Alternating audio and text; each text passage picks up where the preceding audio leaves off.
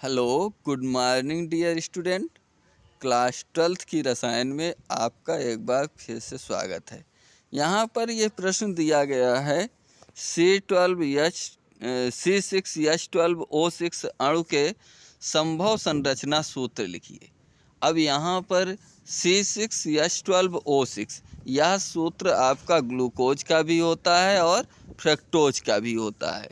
तो यहाँ पर लेकिन इसके साथ साथ कई एक यौगिक इस सूत्र से मिलते हुए अन्य भी हैं। C6H12O6 अणुसूत्र के संभव संरचना सूत्रों की संख्या बहुत अधिक है, कई एक हैं। इस अणुसूत्र के दो प्रमुख यौगिक जिनमें से ग्लूकोज और फ्रक्टोज हैं। ग्लूकोज और फ्रक्टोज की संरचना यहाँ पर बनाई गई है।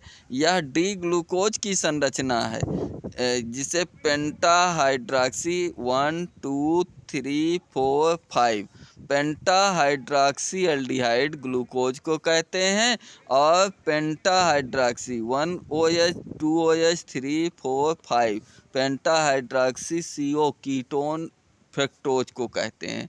ये डी ग्लूकोज है और ये डी फ्रक्टोज है। अब हम लोग दूसरा प्रश्न चलते हैं। प्रोटीन की संरचना का विकृतीकरण का क्या प्रभाव है?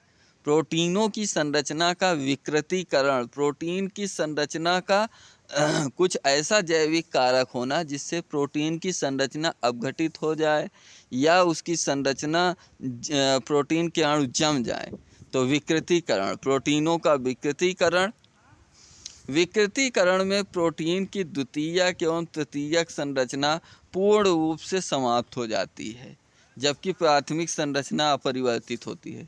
जब किसी यौगिक का विकृतीकरण होता है तो उसके प्रोटीन की कुल 4 संरचनाएं होती हैं, प्राथमिक, द्वितीयक, तृतीयक, चतुर्थक संरचना।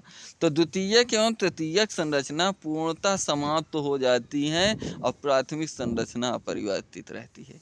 कणिकामय प्रोटीन, कुछ प्रोटीन अणु कणों के रूप में होती हैं, रेशेदार प्रोटीन में परिवर्तित हो जाती हैं तथा उनकी जैविक क्रियाशीलता, जीवाणुओं से क्रियाशीलता, अभिक्रियाशीलता समाप्त हो जाती है।